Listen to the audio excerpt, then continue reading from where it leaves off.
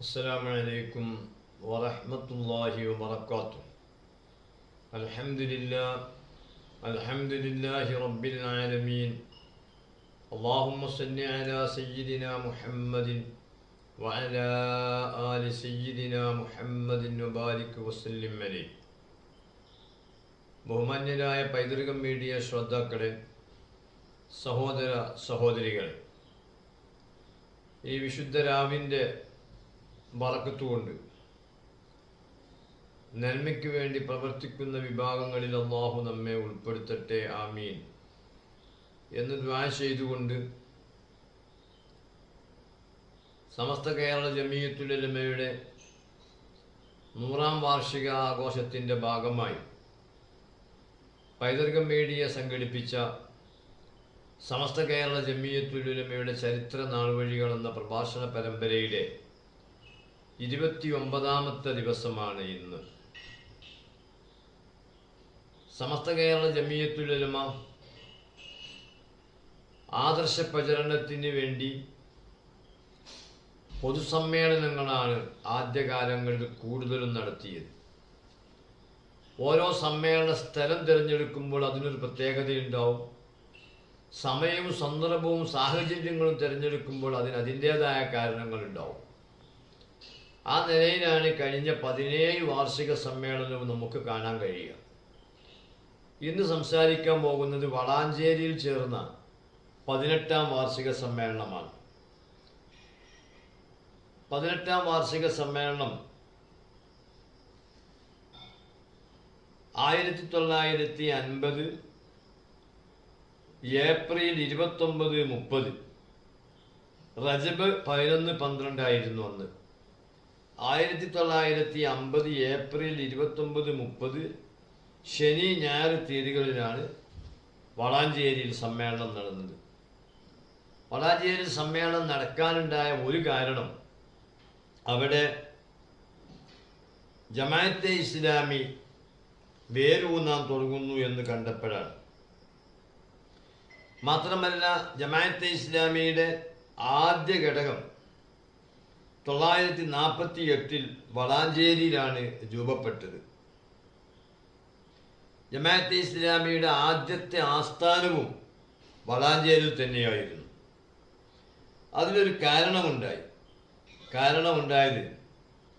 944 വളാഞ്ചേരിക്കടുത്ത എടയൂർ സ്വദേശി വലിയ പറമ്പിൽ കുഞ്ഞാലംകുട്ടി എന്ന PV മുഹമ്മദ് അലി ഹാജി, അയാൾ ജമാഅത്തെ ഇസ്ലാമിയുടെ ആസ്ഥാനമായ പട്ടാൻകോട്ടയിലെ ദാറുൽ ഇസ്ലാമിൽ പോയി.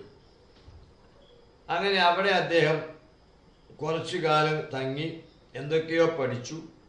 അങ്ങനെ അദ്ദേഹം നാട്ടിൽ തിരിച്ചെത്തി. മൗലാന അബുൽ അഅ്ല മൗദൂദിയുടെ ആശയങ്ങൾ അദ്ദേഹം ഉൾക്കൊണ്ടു. മാത്രമല്ല, അതിൽ അദ്ദേഹം ആകൃഷ്ടനായി. BP മുഹമ്മദ് അലി ഹാജി എന്ന വലിയ പറമ്പിൽ കുഞ്ഞാലംകുട്ടി, എടയൂർ സ്വദേശി. 946 ഈ PV മുഹമ്മദ് അലി ഹാജി വളാഞ്ചേരിയിൽ ജമിയത്തുൽ മുസ്തർഷിദീൻ എന്ന പേരിൽ ഒരു സംഘടന രൂപീകരിച്ചു. ഈ സംഘടനയാണ് 1948 ജമാഅത്തെ ഇസ്ലാമിയുടെ ആദ്യ ഘടകമായി മാറിയത്. ചരിത്രം പറയുമ്പോൾ അതൊക്കെ നമ്മൾ പറയണല്ലോ. 950 ഏപ്രിൽ 29-30 തീയതികളിൽ വളാഞ്ചേരിയിൽ വെച്ച് സമസ്ത എന്തിനാണ് 18ാം വാർഷികം പ്രഖ്യാപിച്ചത്? അത് എടയൂർ സ്വദേശിയായ PV മുഹമ്മദ് അലി ഹാജി പട്ടാൻകോട്ടിൽ പോയി ജമാഅത്തെ ഇസ്ലാമിൻ്റെ ആശയത്തിൽ ആകൃഷ്ടനായി മൗദൂദിയൻ സിദ്ധാന്തം പ്രചരിപ്പിക്കണമെന്ന ലക്ഷ്യവുമായി നാട്ടിലെത്തി. അദ്ദേഹം നാട്ടിൽ ജമിയത്തുൽ മുസ്തർഷിദീൻ അഥവാ വളാഞ്ചേരി ജമിയത്തുൽ മുസ്തർഷിദീൻ എന്നൊരു സംഘടന രൂപീകരിച്ചു. ആ സംഘടനയാണ് ജമാഅത്തെ ഇസ്ലാമിയുടെ പ്രഥമ ഘടകമായി മാറി. അത് 948 മാത്രമല്ല വളാഞ്ചേരി വെച്ച് തന്നെയാണ് 949 ജമാഅത്തെ ഇസ്ലാമിയുടെ പ്രബോധനം വാരിക തുടങ്ങിയിരുന്നു. അതുകൊണ്ട് തന്നെ അവിടെ ഒരു സമ്മേളനം നടത്തലിനുള്ള തീരുമാനം എടുത്തത് 948 ഫെബ്രുവരി 8 കക്കാട് മിഫ്താഹുൽ മദ്രസയിൽ വെച്ച് ബഹുമാന്യനായ പ്രസിഡന്റ് മൗലാന അബ്ദുൽ ബാരി ഉസ്താദിൻ്റെ അധ്യക്ഷതയിൽ ചേർന്ന മുഷാവറ യോഗമാണ് വളാഞ്ചേരിയിൽ PV മുഹമ്മദ് അലി ഹാജിയുടെ നേതൃത്വത്തിൽ ജമാഅത്തെ ഇസ്ലാമി വേരൂന്നുന്നുണ്ട്. അതുകൊണ്ട് ആ ചതിയിൽ മുസ്ലിങ്ങൾ പെട്ടുപോകരുത് എന്ന് ജനങ്ങളെ ഗുണദോഷിക്കാൻ വേണ്ടി അടുത്ത സമ്മേളനം നമ്മൾ വളാഞ്ചേരി വെക്കാൻ തീരുമാനിച്ചു. അങ്ങനെ അതിന് ഒരു സ്വാഗത സംഘം 948 ഫെബ്രുവരി 8 കക്കാട് മിഫ്താഹുൽ മദ്രസയിൽ ചേർന്ന ഈ കൂടിയാലോചന യോഗത്തിൽ കടത്തിൽ ബാപ്പു സാഹിബ് ചെയർമാനായി സ്വാഗത സംഘം രൂപീകരിച്ചു. ജമാഅത്തെ ഇസ്ലാമിയുടെ കയ്യിമിന്, അന്ന് ജമാഅത്തെ ഇസ്ലാമിൻ്റെ ഒരു പ്രവാസകനായിരുന്നു കയ്യും, അദ്ദേഹത്തെ വാദപ്രതിവാദത്തിന് ക്ഷണിച്ചുകൊണ്ട് കത്തിടപാടുകൾ നടത്തിയ മർഹൂം PCS കുഞ്ഞി മുഹമ്മദ് മൗലവിയും സമ്മേളനത്തിൻ്റെ സംഘാടനത്തിൽ മുഖ്യ പങ്ക് വഹിച്ചു. അങ്ങനെ പേര് പറയാൻ കാരണം ജമാഅത്തെ ഇസ്ലാമിൻ്റെ കയ്യിം എന്ന വ്യക്തിയായിരുന്നു സമസ്ത കേരള ജമിയത്തുൽ ഉലമയുടെ ആദ്യകാല നേതാക്കന്മാരോട് വാദപ്രതിവാദത്തിന് വന്നിരുന്നത്. വാദപ്രതിവാദം നടത്തി അവർ പിന്നെ ഈ നല്ല എന്താ പറയുക, നല്ല പിന്നെ ചുരുളാത്ത വർത്തമാനത്തിലൊക്കെ പ്രസംഗിച്ചു പോകുന്നല്ലാതെ വിഷയത്തിന് പരിഹാരമൊന്നും ഉണ്ടാവില്ല. 950 ഏപ്രിൽ 29, 30 ശനി ഞായർ തീയതികളിൽ ഉച്ചവരെയും മുഷാവറ യോഗം ചേർന്ന് സമ്മേളനത്തിൻ്റെ ഭാഗമായി, അതാണ് സമസ്ത. നോക്കൂ ആനിമീങ്ങളുടെ സ്വഭാവം. ഇന്നൊക്കെ എന്താ സംഭവം, ഏത് വലിയ എല്ലാവർക്കും തിരക്കാണ്. വലിയ സമ്മേളനം നടത്തിയ നേതാക്കന്മാർക്ക് ഒന്നിച്ചു വരാൻ കഴിയില്ല, ഓരോരുത്തരും ഇങ്ങനെ വരും, വന്നോരും ഇങ്ങനെ പോവും, അങ്ങനെയൊക്കെയാണ്. എന്നാൽ അന്ന് ഈ സമസ്തയുടെ 18 സമ്മേളനം നമ്മളോട് കേൾപ്പിച്ചു. ഈ 18 സമ്മേളനത്തിൻ്റെ പ്രത്യേകത, സമ്മേളനത്തിൻ്റെ തലേന്ന് മുഷാവറ വിളിക്കുന്നു എന്നാണ്. മുഷാവറ വിളിച്ച് നാട്ടിലെ കാര്യങ്ങളൊക്കെ വിലയിരുത്തി, സമ്മേളന സ്വാഗത സംഘത്തിൻ്റെ പ്രവർത്തനം വിലയിരുത്തി, സമ്മേളനം ഭംഗിയായി നടത്തി, അതിൽ പങ്കെടുക്കാൻ താല്പര്യമുള്ളവരൊക്കെ പങ്കെടുപ്പിച്ചു. പങ്കെടുക്കൂല എന്നുള്ള കുച്ചിപ്പൂജാരെ പങ്കെടുപ്പിച്ചതുമില്ല. അങ്ങനെയൊക്കെ സംസ്ഥാന സമ്മേളനം മുഷാവറ ചേർന്ന് ആ മുഷാവറയിൽ ഉരുത്തിരിയുന്ന കാര്യമാണ് പൊതുസമ്മേളനത്തിൽ പ്രഖ്യാപിക്കുക. എന്തൊരു സംഘടനാ സൃഷ്ടി നിങ്ങൾ ആലോചിക്കുന്നൊന്നും ഇപ്പോൾ നമുക്കാർക്കും അവിടെ എത്താൻ കഴിയില്ലല്ലോ. അങ്ങനെ എത്തണം, അപ്പോഴേ സംഘടന അങ്ങനെ ശരിയായ നിലയ്ക്ക് വരുമെന്നുള്ളൂ. ഏതായാലും ഈ വഹാബികളും ജമാഅത്തെ ഇസ്ലാമിക്കാരും ചെയ്യുന്ന ഓരോ പണിവെക്കണികൾ. അപ്പോൾ ഈ പെരുന്നാളിൻ്റെ ഈ പിന്നെ സമസ്ത കേരള ജമിയത്തുൽ ഉലമയുടെ 18ാം വാർഷിക സമ്മേളനത്തിൻ്റെ രൂപം എങ്ങനെയാണ്? അത് 29 ഏപ്രിൽ 29, 30 ശനി ഞായർ തീയതികളിൽ ഉച്ചവരെയും മുഷാവറ യോഗം ചേർന്ന് വിവിധ പ്രശ്നങ്ങൾ ചർച്ച ചെയ്തു. അതിൽ ആ മുഷാവറ എടുത്ത കുറച്ച് തീരുമാനങ്ങളുണ്ട്. ഒന്ന്, KP ഉസ്മാൻ സാഹിബിനെ സമസ്തയുടെ ഓഫീസ് സെക്രട്ടറിയായി നിയമിക്കാൻ തീരുമാനിച്ചു. ശരിക്കും ഓഫീസൊന്നുമില്ല, അത് നമ്മളെ പിന്നെ അബ്ദുൽ ബാരി ഉസ്താദ് പ്രസിഡന്റിൻ്റെ വീട് തന്നെയാണ് ഓഫീസ്. അപ്പം അവിടെ കേന്ദ്രീകരിച്ചുകൊണ്ട് ഉസ്മാൻ സാഹിബിനെ സംഘടനാ റൂട്ട് അതിനെ നിലനിർത്താനും റെക്കോർഡുകൾ സൂക്ഷിക്കാനും പിന്നെ അത് ഉസ്താദന്മാരെ കാട്ടിക്കൊടുത്ത് അത് എഴുതി വെക്കാനും എല്ലാം പറ്റിയ ഒരാൾ വേണമെന്നുള്ള നിലയ്ക്ക് വിദ്യാസമ്പന്നനായ KP ഉസ്മാൻ സാഹിബിനെ ആ ചുമതലയേൽപ്പിച്ചു.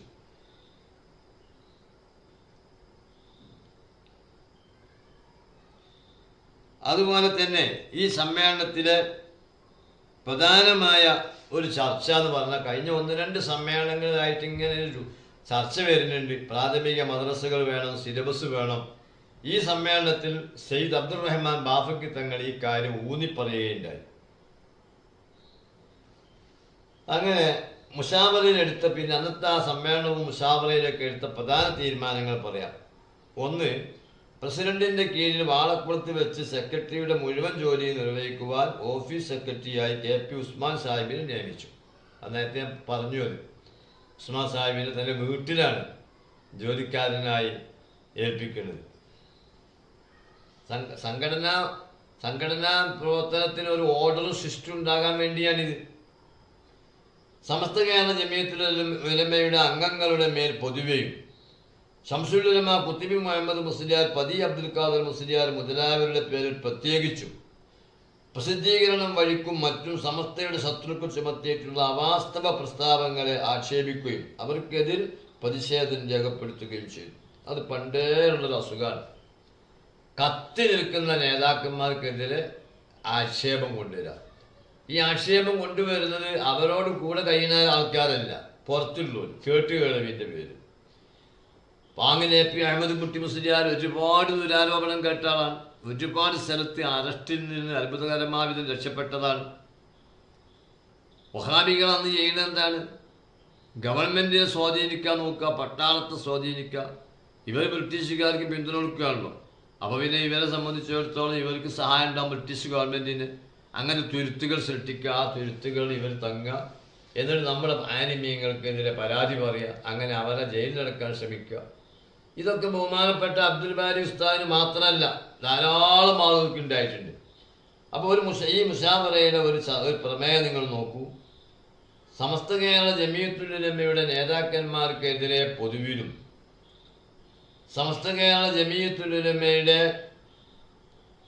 നേതാക്കന്മാരായ ഷംസുൽ ഉലമ കുത്തുബി മുഹമ്മദ് മുസ്ലിയാർ, പതി അബ്ദുൽ ഖാദർ മുസ്ലിയാർ എന്നിവർക്കെതിരെ അവാസ്തവ പ്രചരണം നടത്തുന്ന അവർക്ക് താക്കീത് നൽകാനും അതിൽ നിന്ന് ജനങ്ങളെ വിട്ടുനിൽക്കാനും ജനങ്ങളുടെ ഈമാൻ നഷ്ടപ്പെടാതിരിക്കാൻ ശ്രമിക്കേണ്ടതിൻ്റെ ആവശ്യകത ഈ സമ്മേളനത്തെ പ്രഖ്യാപിച്ചു. സമസ്ത എന്നും അങ്ങനെ തന്നെയാണ്. എന്നാൽ ഓരോ കാലത്ത് ഓരോ മുക്കുമൂലയിൽ ഓരോ വർക്കപ്പെട്ട ആൾക്കാരുണ്ടാവും. ഈ വർക്കപ്പെട്ട ആൾക്കാരെ പണി എന്താണ്? അവർക്ക് പറ്റിയ ആളുകളെ നുണപ്രചരിപ്പിക്കാൻ ഏൽപ്പിക്കുക. അതുപോലെ തന്നെ സമസ്ത കേരള ജമിയത്തുൽ ഉലമയുടെ പ്രഗത്ഭരായ നേതാക്കന്മാർക്കെതിരെ ആക്ഷേപങ്ങൾ വർഷിക്കുക, ഗുരുതരമായ ആരോപണങ്ങൾ ഉന്നയിക്കുക. അങ്ങനെ സമസ്ത കേരള ജമിയത്തുൽ ഉലമയുടെ പ്രവർത്തനങ്ങളെ തകർക്കാൻ പറ്റുമെന്നാണ് നോക്കുന്നത്. പക്ഷെ അതൊന്നും നടക്കൂല. അപ്പം മഹാനായ ഷംസുൽ ഉലമ കുത്തുബി മുഹമ്മദ് മുസ്ലിയാർ അതുപോലുള്ള നേതാക്കന്മാർ അവർക്കൊക്കെ എതിരെയാണ്. പതി അബ്ദുൽ ഖാദർ മുസ്ലിയാർ, നമ്മുടെ തീപ്പൊരി അന്നത്തെ, അദ്ദേഹത്തിനൊക്കെ ആക്ഷേപം ഉന്നയിക്കുക. ആ ആക്ഷേപം ഉന്നയിക്കുന്നവർക്കെതിരെ പ്രതിഷേധിക്കുകയും അത്തരം സത്യവിരുദ്ധമായ പ്രസ്താവനകൾ ആരും വഞ്ചിതരാകരുത് എന്ന് അഭ്യർത്ഥിക്കുകയും ചെയ്യുന്ന പ്രമേയമാണ് ഈ സമ്മേളനത്തിൽ പാസാക്കിയ പ്രധാനമായ തീരുമാനം.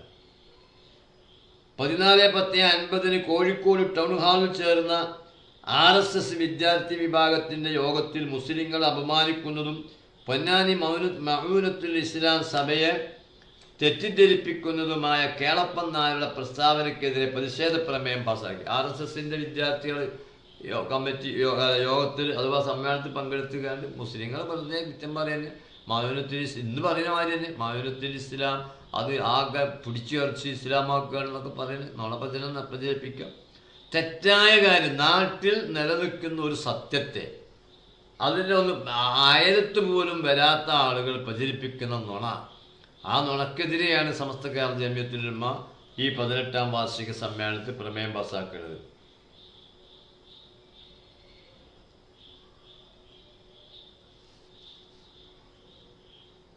സമാപന ദിവസമായ ഞായറാഴ്ച പൊതുസമ്മേളനത്തിൽ പ്രഗത്ഭരായ ധാരാളം പണ്ഡിതന്മാർ സംസാരിച്ചു. പക്ഷെ വാളാഞ്ചേരിയുടെ ആ പശ്ചാത്തലം അനുസരിച്ച് അത് അവിടെ EK അബൂബക്കർ മുസ്ലിയാരാണ് തബ്ലീഗിന് ജമാഅത്തെ ഇസ്ലാമിനെ ഗണ്ണിച്ചുകൊണ്ടുള്ള മറുപടി പ്രസംഗം നടത്തിയത്.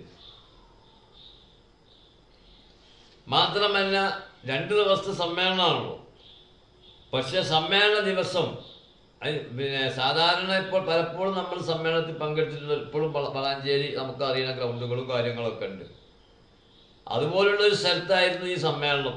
പക്ഷേ സമാപന ദിവസം വൈകുന്നേരം 4 മണിയായപ്പോഴേക്ക് ജനങ്ങൾ കുത്തിയൊഴുകാൻ തുടങ്ങി. അതുകൊണ്ട് തൊട്ടടുത്തുള്ള വയലിലേക്ക് സമ്മേളനം മാറ്റി എന്ന് ഈ ചരിത്രത്തിൽ കാണുന്നുണ്ട്. വളാഞ്ചേരി ഭാഗങ്ങളിലെ ജമാഅത്തെ ഇസ്ലാമിയുടെ തേരോട്ടം തടയുന്നതിൽ സമസ്ത സമ്മേളനം വലിയ പങ്ക് വഹിച്ചു. അതിൽ കോപാകുലരായ ജമാഅത്തിൻ്റെ പ്രഭാഷകൻ കയ്യം എന്ന വ്യക്തി പ്രബോധന വാരികൾ സമസ്തയെ വിമർശിച്ചു ലേഖനം എഴുതി.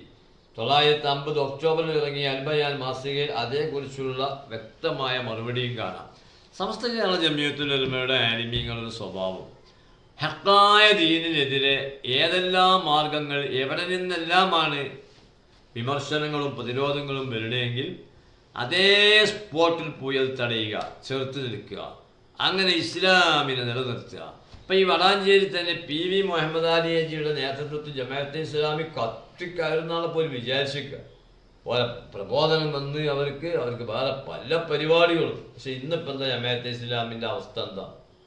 ശരിക്ക് വ്യവസ്ഥാപിതമായി പ്രവർത്തിക്കുന്ന ഒരു മഹല് സിസ്റ്റം പോലും അവർക്ക് കാണുകയില്ല.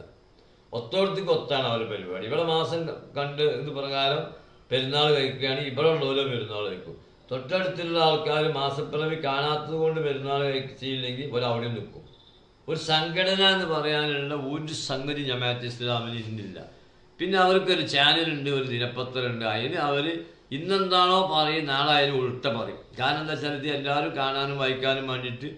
ഉദാഹരണം പറയുകയാണെങ്കിൽ ഇന്നിപ്പോൾ പിന്നെ സുന്നത്തി ജമാഅത്തിൻ്റെ ഏതെങ്കിലും ഒരു പണ്ഡിതൻ്റെ ജമാഅത്തെ ഇസ്ലാം സുന്നത്തി ജമാഅത്തിൻ്റെ ഒരു വിഷയത്തെ അല്ലെങ്കിൽ ഒരു പണ്ഡിതനെ അപകീർത്തിപ്പെടുത്താൻ വേണ്ടിയിട്ടാണ് ഇന്നിപ്പോൾ മാധ്യമത്തിൻ്റെ സ്ഥിതിയാണ് പറയുക.